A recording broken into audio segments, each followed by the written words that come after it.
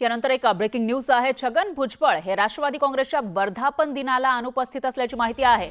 छगन भुजबळ जे राष्ट्रवादीचे एक मोठे नेते आहेत, ज्येष्ठ नेते आणि नुकतीच त्यांची मंत्रिपदी वर्णी लागलेली आहे, मात्र ते पक्षाच्या वर्धापन दिनाला अनुपस्थित असल्याची माहिती समोर येते। त्यामागे नाराजीचं कारण तर नाहीये ना असा सवाल उपस्थित होतोय, कारण मंत्रिपद त्यांना जेव्हा सुरुवातीला सरकार निवडून आल्यानंतर सुरुवातीला मंत्रिपद दिलं नव्हतं, मंत्रिमंडळातून वगळण्यात आलेलं होतं। त्यामुळे छगन भुजबळ नाराज असल्याची चर्चा होती आणि त्यामागे कारण अजित दादा असल्याचं सुद्धा बोललं जात होतं। अशामध्ये आता जे मंत्रिपद मिळालेलं आहे ते फडणवीसांमुळेच मिळाल्याचं वारंवार बोललं जाते आणि अशामुळे आता जो वर्धापन दिन सोहळा होतोय पक्षाचा त्याच्यामध्ये मात्र छगन भुजबळ अनुपस्थित आहे। त्यामुळे त्यामागे नेमकं कारण काय असा सवाल उपस्थित होतोय। राष्ट्रवादी पक्षाचे मोठे नेते असलेले छगन भुजबळ हे वर्धापन दिनाच्या कार्यक्रमाला मात्र गैरहजर आहेत। त्यामुळे नेमकं काय चाललंय असा सवाल उपस्थित होतोय आणि छगन भुजबळ हे पुन्हा नाराज तर नाहीयेत ना, अजूनही नाराज तर नाहीयेत ना असाही सवाल उपस्थित होतोय।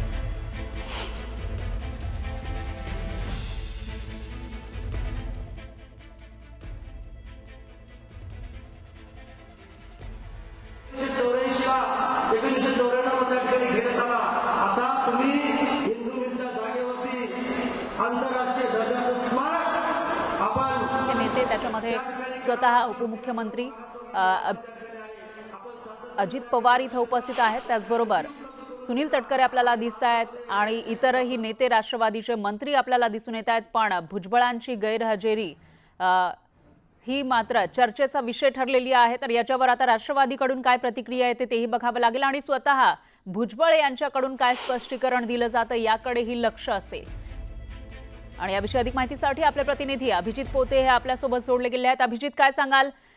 इथं वर्धापन दिन सोहळा होताना आपल्याला दिसतोय सर्व मंत्री नेते दिसत आहेत राष्ट्रवादीचे, मात्र छगन भुजबळ नाहीये, त्यामागचं कारण कळालंय का? पुण्यातल्या राष्ट्रवादी काँग्रेसचा जो आहे तो 26वा वर्धापन दिन साजरा होतोय। या वर्धापन दिनाला राष्ट्रवादी काँग्रेसचे सर्व मुख्य नेते स्वतः अजित पवार असतील, प्रफुल्ल पटेल असतील, प्रदेशाध्यक्ष सुनील तटकरे असतील यांच्यासह राज्यातले सर्व आमदार, सर्व मंत्री आणि सर्व जे मुख्य नेते आहेत ते या कार्यक्रमाला उपस्थित आहेत। पण सर्वांचं लक्ष लागले ते छगन भुजबळ यांच्या अनुपस्थितीवर, कारण छगन भुजबळ वर्धापन दिनाच्या सोहळ्याला पोहोचलेले नाहीयेत। खरं तर मुंबईतली कॅबिनेटची मीटिंग, कॅबिनेट बैठक संपल्यानंतर ते सगळे आपल्या मंत्र्यांना घेऊन पुण्यातल्या या कार्यक्रमाला दाखल झाले आहेत। दुपारी 2:45 वाजता अजित पवार स्वतः या कार्यक्रमासाठी दाखल झाले। पण जे राष्ट्रवादीचे ज्येष्ठ नेते आणि नुकतेच जे मंत्रिपदाची त्यांनी शपथ घेतली ते छगन भुजबळ मात्र या कार्यक्रमाला अद्यापही उपस्थित नाहीयेत। त्यांच्या गैरहजेरीने सर्वांचं लक्ष वेधून घेतले। नेमकं काय कारण आहे, छगन भुजबळ हे का पोहोचू शकले नाहीयेत याचं कारण अद्याप अस्पष्ट आहे। पण सगळे नेते, सगळे मंत्री, सगळे मुख्य नेते मंचावर असताना भुजबळ मात्र 26व्या वर्धापन दिनाला पोहोचू शकले नाहीयेत। मग त्याच्यामध्ये आता प्रतिक्रिया येते का? राष्ट्रवादीच्या नेत्यांनी याच्यावर काही प्रतिक्रिया दिलेली आहे का? अभिजित, यांचा आवाज आपल्यापर्यंत पोहोचू शकत नाहीये, मात्र लक्ष असेल ते म्हणजे छगन भुजबळ यांच्या स्पष्टीकरणाकडे, कारण ते एक ज्येष्ठ नेते आहेत, मोठे नेते आहेत, मंत्री आहेत राष्ट्रवादीचे, मात्र ते वर्धापन दिन सोहळ्याला उपस्थित नाहीये। तर राष्ट्रवादीच्या वर्धापन दिनाच्या कार्यक्रमामध्ये जयंत पाटलांनी प्रदेशाध्यक्षपदाच्या राजीनाम्याचे संकेत दिले। जयंत पाटलांनी जाहीर कार्यक्रमामध्ये केलेल्या या वक्तव्यामुळे चर्चांना उधाण आलंय।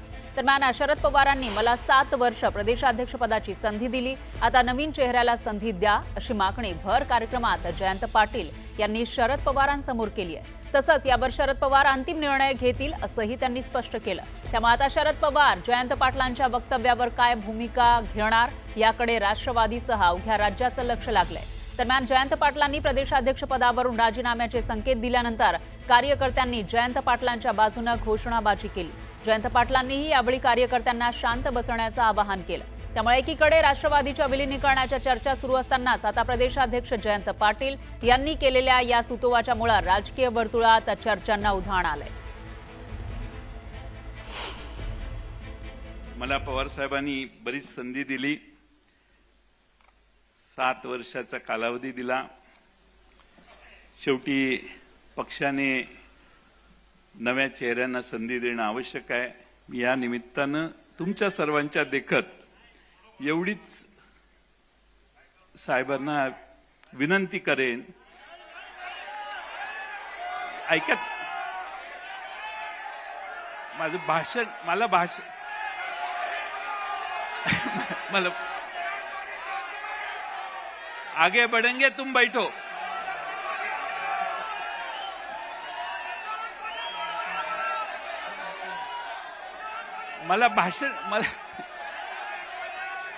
तुम बैठो,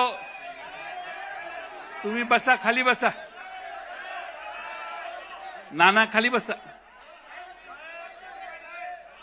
खाली बसा, खाली बसा. नाशिककरांनी खाली बसावं.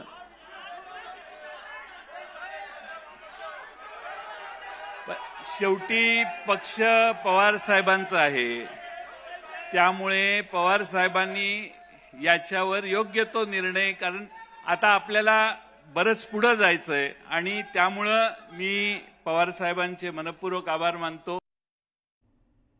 तर जयंत पाटलांनी प्रदेशाध्यक्षपद सोडण्यासंदर्भात सूतोवाच केल्यानंतर शरद पवारांनी यावर काय भाष्य केलं तेही बघूयात. जयंत साहेबांनी माझ्याकडे सांगितलेलं आहे की आता नव्या पिढीला संधी द्या, तुम्ही आम्ही सगळे त्यांच्या मागे उभे राहूया. त्या संबंधीचा विचार करण्याची तयारी आज त्यांची आहे. तुमची मानसिकता वेगळी आहे हे या ठिकाणी दिसलं. एवढंच सांगू इच्छितो की प्रमुख सरकारांना एकत्र घेऊन त्यांच्याशी या विचाराशी आम्ही सुसंवाद साधू आणि सामूहिकपणानं या संदर्भाचा निर्णय घेऊ. हा निर्णय घेत असताना प्रत्येक तालुक्यामध्ये, प्रत्येक जिल्ह्यामध्ये नवीन चेहरे हे दिसले पाहिजे. जयंतराव हे पक्षाचे अतिशय महत्त्वाचे नेते आहेत. 7 वर्ष प्रचंड मेहनत करून त्यांनी पक्ष वाढवण्याची अतिशय चांगली कामगिरी केलेली आहे. आता त्यांच्या भाषणाचा काय अर्थ तुम्ही काढताय मला माहिती नाही, पण अर्थातच पक्षामध्ये त्यांनी ज्या काही सूचना दिल्या असतील ते या पक्षाचे सगळ्यात मोठे ज्येष्ठ नेते आहेत, त्यांच्याशी मी चर्चा करेन. दरम्यान जयंत पाटलांकडून प्रदेशाध्यक्षपदाच्या राजीनाम्याचे संकेत आल्यानंतर देवेंद्र फडणवीसांनी त्यावर मिश्किल प्रतिक्रिया दिली आहे. जयंत पाटलांच्या मनात दुसरं काय आहे का ते समजून घ्यावं लागेल असं फडणवीस म्हणाले. परत जयंत पाटलांच्या मनात मला शिरावं लागेल आणि सगळ्या जबाबदाऱ्यातनं मुक्त करा असं ते जे म्हणाले, ते मुक्त करणारे असं माहिती असल्यामुळे म्हणाले की त्यांच्या मनात काही दुसरं आहे, हे सगळं समजून घ्यावं लागेल. दरम्यान नारायण राणेंनी एक मोठं विधान केलं आहे. भाजपकडे 125 आमदार आहेत तर वेटिंगवर 15 आहेत आणि ते कोणत्या पक्षाचे आहेत ते सांगणार नाही असा गौप्यस्फोट भाजपचे नेते नारायण राणेंनी केला. आमचं राज्यात व्यवस्थित सुरू आहे, आमचं नांदा सौख्यभरे सुरू आहे असं राणे म्हणाले. तर राज्यामध्ये स्वबळावर सत्ता स्थापन करण्याचा विषय नाहीये असंही राणे बोलायला विसरले नाही. मी ज्योतिषी नाही, येऊ शकतात का, मला त्यांचे काय अंतर्गत चाललंय हेही माहीत नाही. मी कसा अंदाज वर्तवू. स्वागत करा सरकार. कुठलाही निर्णय नसताना उगाच स्वागत करू मी. मला कळेल तेव्हा मी बोलेन की बाबा येत आहेत तेव्हा मी बोलू शकतो ना. आता कशात काय नाही, हे एकत्र येतात आले तर काय फरक पडला. मी सांगितलं ह्याच्यानं काय फरक पडत नाही. भारतीय जनता पक्ष देशात राज्यावर सत्तेवर आहे. राज्यात 134 आहेत आणि वेटिंगवर 15 एक आहेत, म्हणजे मेजॉरिटी होते ना. काही काळजी करू नका, आम्ही 5 वर्ष सत्तेवर असणार. तर मनसे नेते प्रकाश महाजन यांनी नारायण राणेंना आव्हान देत संभाजीनगरमधल्या शिवाजी पुतळ्याजवळ आंदोलन केलं. अर्धा तास त्यांनी आंदोलन केलेलं होतं. तर सुरुवातीला महाजन यांना आंदोलन करू देण्यास पोलिसांनी मनाई केली. त्यानंतर मात्र त्यांना आंदोलनास पोलिसांकडून परवानगी देण्यात आली. नितेश राणे यांना वैचारिक उंची नाही अशी टीका प्रकाश महाजन यांनी केली होती. त्यानंतर महाजनांना राणेंच्या फेसबुक पेजवरून इशारा देण्यात आला होता.